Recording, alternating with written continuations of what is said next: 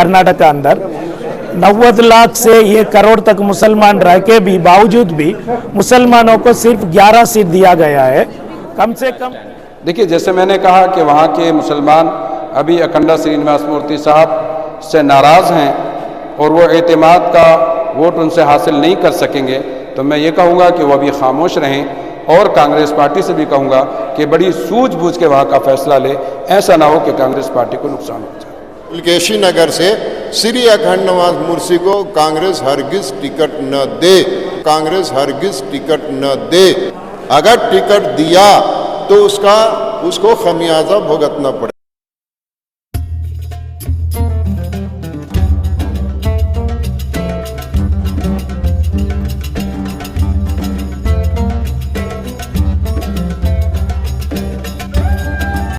हमारा सिर्फ मकसद यही था कि इलेक्शन जो कर्नाटका का करीब है तो मुसलमानों के साथ खोखले वादे ना किए जाएं।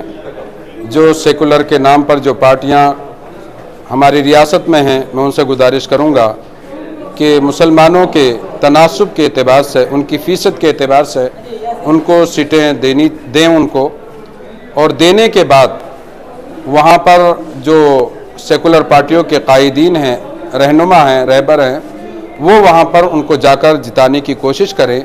हर मर्तबा मुसलमान पूरी कोशिश करता है लेकिन बहुत कम वोटों से वो हार जाता है, जिससे हमें बाद में तकलीफ़ होती है।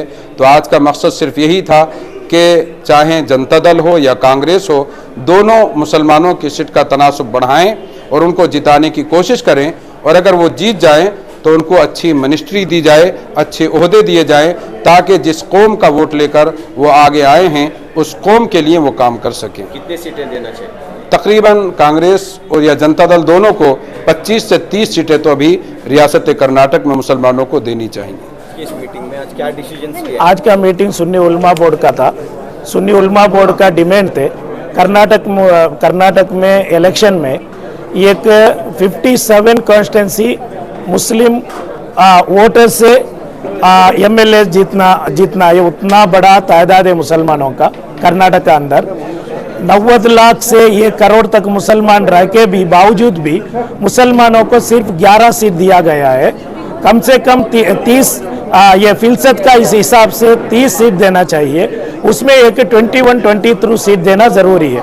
उसमें भी रायचूर, चिकपेटे और दावणगेरे, बंटवाड़ा और ये मंगलूर साउथ, मंगलूर नॉर्थ, यादगिरी, उमनाबाद, शिग्गांव, वैसा जगह में और सर्वज्ञ नगर और हेब्बाल, ये पूरा मुस्लिम बड़ी तादाद में वोटर्स बहुत ज़्यादा है, लेकिन तो मुसलमानों को नज़रअंदाज कर रहे। इसलिए अभी जो बचत का सीट है उसमें 12 सीट अभी भी मुसलमानों को देना ज़रूरी है। वो सुन्नी उलमा बोर्ड का एक डिमांड था। और सेकेंड वन ये था वो 4% ये 2B का कैंसिल कर चुके हैं, लेकिन तो कौन भी सेक्युलर पार्टियों मुसलमानों का बारे में कौन भी आवाज़ नहीं उठा रहे। हमारा बच्चे बहुत परेशान उठा रहे। अभी तो नीट का एग्ज़ाम आ रहे, तो दीगर एग्ज़ाम सब आ रहे।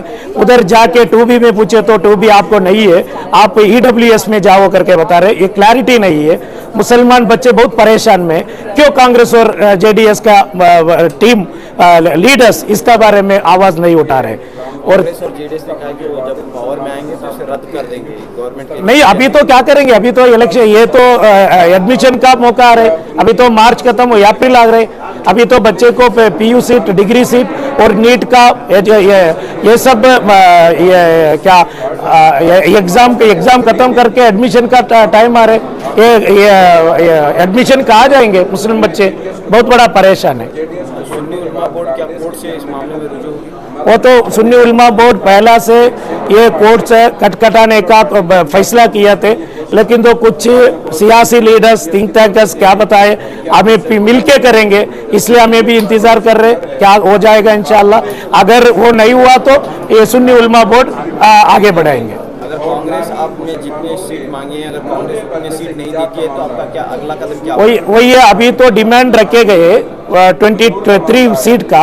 अगर नहीं दिए, अभी तो एक लिस्ट, फाइनल लिस्ट आने का बाकी है, 70 सीट बाकी है। उसमें नहीं दिए, इंशाअल्लाह आइंदा दिनों में क्यों कौन सा फैसला लेना है, सुन्नी उलमा बोर्ड बैठेंगे, फैसला लेंगे। कांग्रेस और भी पार्टियों का ये कहना है कि हम टिकट देने के लिए तैयार है, लेकिन कैंडिडेट जीतने वाला चाहिए। वो भी उनका भी जिम्मेदार है। दूसरे कम्युनिटी वाले को मुसलमानों जिता रहे, वैसा उन्होंने मुस्लिम कैंडिडेट को भी जिताने का बहुत बड़ा जिम्मेदारी रहते हैं। सिर्फ ये सीट देने का नहीं है, उनको जिताना भी है। और ये भी डिमांड है, अगला जो भी हुकूमत आएंगे वो हमें 85% 90% वोट दिला रहे, इसलिए एक DCM मुसलमानों को बनाना है, एक 5 मिनिस्टर अच्छा कैबिनेट पोर्टफोलियो मुसलमानों को देके 5 मिनिस्टर और एक DCM भी देना जरूरी है। क्या बीजेपी के सामने भी डिमांड रखें? ये देखो, मुस्लिम कम्युनिटी वोट दे रहे हैं ज्यादा कांग्रेस और JDS को, इसलिए कांग्रेस से ज्यादा मुतालबा जिसे हमें देते हैं उनसे हमें मांगना ही है। दूसरा, अभी असेंबली इलेक्शन आ रहा है, हमारा डिमांड है सुन्नी उलमा बोर्ड का कि हमको 22 से 23 सीटें जो है मुसलमान कैंडिडेट को दे। किस पार्टी से? कांग्रेस पार्टी से। और सिर्फ सीट दे ही नहीं, जिस तरह दूसरी कम्युनिटी के कैंडिडेट को जिताया जाता है, इसी तरह मुस्लिम कैंडिडेट को टिकट भी दे और उनको जिताए भी। पुलकेशी नगर के सिलसिले में क्या? पुलकेशी नगर के सिलसिले में हमारा मुतालबा ये है कि अखंड श्रीनिवास मूर्ति के भांजे ने, यानी उसके बहन के बेटे ने हमारे नबी सल्लल्लाहु ताला अलैहि वसल्लम की शान में गुस्ताखी किया। मुसलमान सब कुछ बर्दाश्त कर सकता है, मगर शान नबी, अज़मत नबी में गुस्ताखी, तौहीन बर्दाश्त नहीं कर सकता। मुसलमान ने अपने गमो गुस्से का इजहार किया, तो आपने खुद देखा होगा कि मुसलमानों को जबरन घर तोड़ करके, दरवाज़ा तोड़ करके, उनको ले करके जा करके स्टेशन में बंद किया गया, जेल में भेजा गया। तो ऐसे गुस्ताख कैंडिडेट को हम टिकट नहीं दिलवाना चाहते।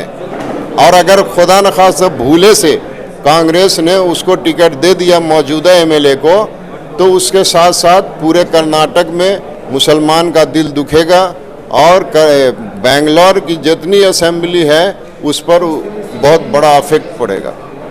लेकिन चंद उलमा जो है अखंड श्रीनिवास मूर्ति के हक में आए, तायद में आए हैं। वो क्या तायद में आए वो मैं नहीं बता सकता, लेकिन हमारी तंजीम ऑल कर्नाटका सुन्नी उलमा बोर्ड, जिसका मैं जनरल सेक्रेटरी हूँ, शरीफुर रहमान रज़वी मेरा नाम है, हमारी तंजीम पूरे स्टेट लेवल की नुमाइंदगी करती है और 8000 से ज़्यादा उलमा हमारे मेंबरान हैं।